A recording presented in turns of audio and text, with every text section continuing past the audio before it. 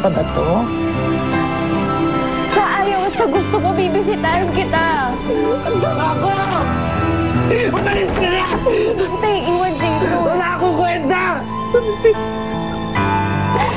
Wala na akong pwedeng gawin!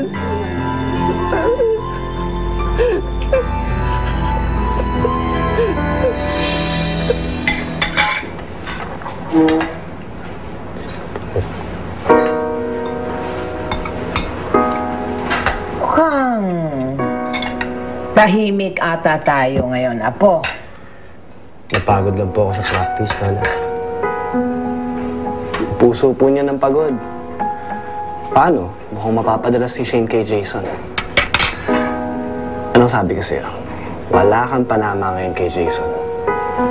Donnie, naiintindihan ko naman yun. Kung naiintindihan mo, okay lang ba sa'yo na lagi silang magkita? Kahit ikaw dapat yung magiging boyfriend niya. Bigyan lang natin sa kanila yun. Sabi nga ni Shane, hindi madali pinagdaanan ni Jason ngayon. Mas kailangan niya ng kaibigan na katulad ni Shane. Aba, napapabilib mo ako, Apo, ah. Dati-rati, puro selos ka lang. Pero ngayon, malawak na ang pag-unawa mo. Sa palagay ko, napapabuti ka nga ni Shane. Maganda yun.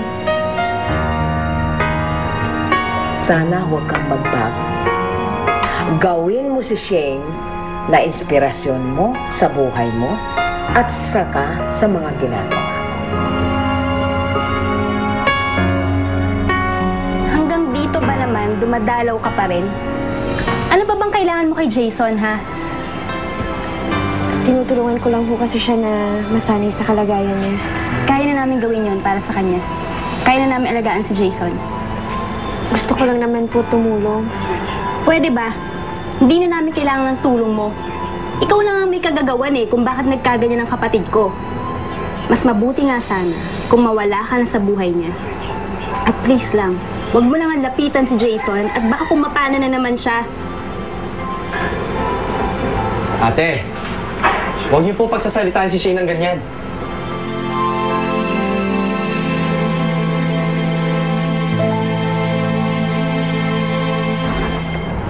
Uy, Patrick. Para kay Shane yan, no? Oo, may usapan kami. Pwede ba pumasok? Wala siya ngayon eh. Kanina pa umaga umalis. Saan nagpunta? Kasi nabalitaan yung nakalabas na sa hospital si Jason. Ganun ba? Sige, pakisabi, update na lang ako. Patrick. Huwag ka mag-alala. Pagka-uwi ni Shane, sasabihin ko na punta ka dito. Baka nawala lang sa isip niya. Text mo kaya? Para sure. Sige, salamat. Ingat. Borgie, pasok ka muna sa kwarto. Sige po.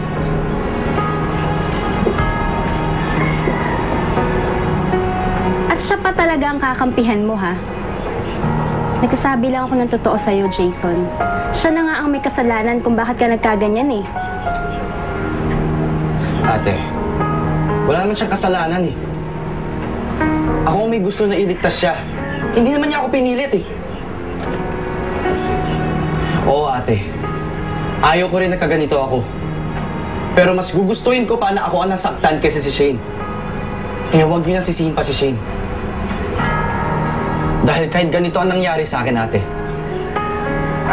hindi ko pinagsisisihan yun. Dahil mahal ko si Shane. Ate, mahal ko si Shane.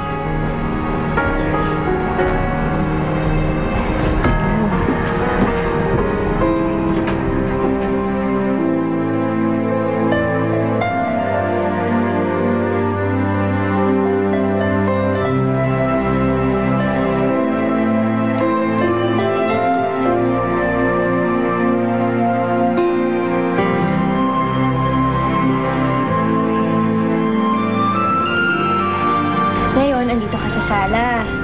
Pagtayo mo dyan sa couch, o kapain mo yung lamesa. Dahan lang. Oo. Okay. Kapa mo? Diretso. Pag diretso mo, yung telepono nyo. So, pag diretso mo, papakita ko naman sa'yo kung saan yung banyo. Teka, hindi ka pwede dumiretso dyan. Alam mo na. Teka lang, mababangga ka. Ito yung table nyo. Sa kusina. Andyan yung mga kutsara at tinidor. Nakakapaw ba? Ayan na nga. Yung sa may hagdan. Ngayon, para mas madali, bumilang ka. 3 hakbang yan. O, bilang ka ng tatlong hakbang. 1, 2, 3. O, dahan-dahan. Aray! Teka lang, ako. Ayoko na! Okay, kaya pa yan. Ano pa? Try natin ulit.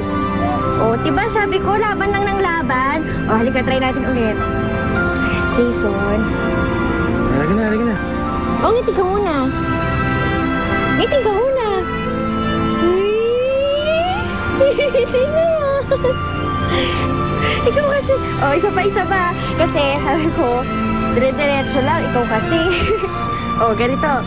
O, 3 hakbang ulit, ha. Well, so, everything is settled. Makakauwi na kayo? Thank you, Fred. Or mention it, Lisa. You know, it's not a favor. It's the show's responsibility to shoulder everything here. Anyway, pagaling ka. And we'll see you soon, okay? Pahinga ka na. Thank you. Let's go. Wala pala. Thank you.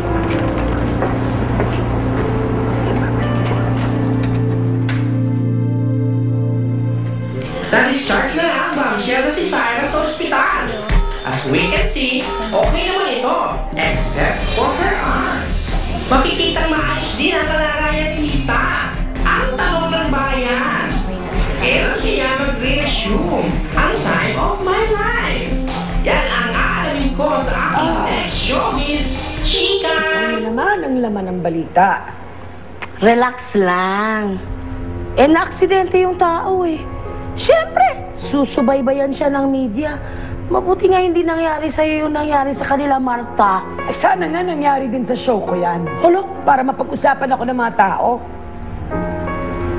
Naman, iba ka. Kung sa bagay, kaya ko rin naman gawin yan eh. Maghintay lang sila.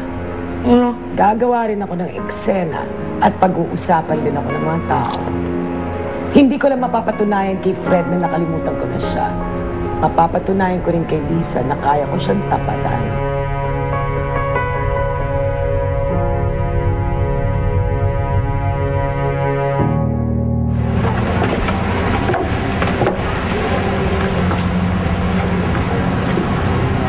Uwi na po ako. Sige, Shane. Mag-iingat ka, ha? Ate Elaine. Hindi mo ako maate-ate dyan. Hindi naman kita kaano-ano. Elaine, huwag sarap ng bata. Alam kong galit ka sa akin. At naiintindihan ko yun.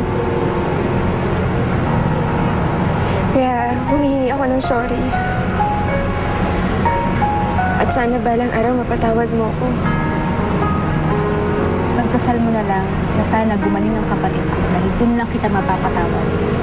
Ka na nga sa loob. Pabayaan mo muna Ate Elaine mo, okay?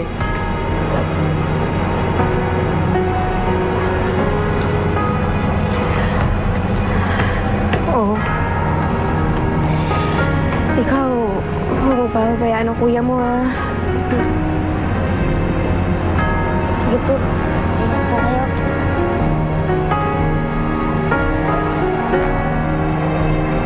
Kawawa naman si Shane. Ba't mo naman ginawa yun sa kanya? Ang kawawa, hindi naman siya yung nabulag eh.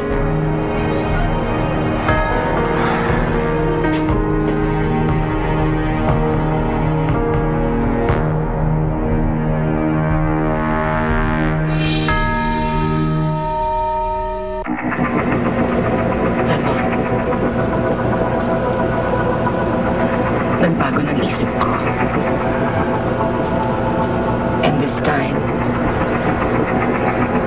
nakapag-desisyon na ako. Pumapayag na ako magpakasal sa'yo.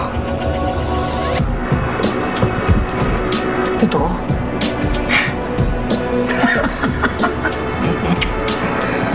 Alam mo, hindi ko naaalamin kung bakit, paano nagbago isip mo.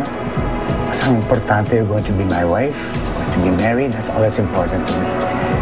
At saka masisigurado mo na hindi ka magsisisi.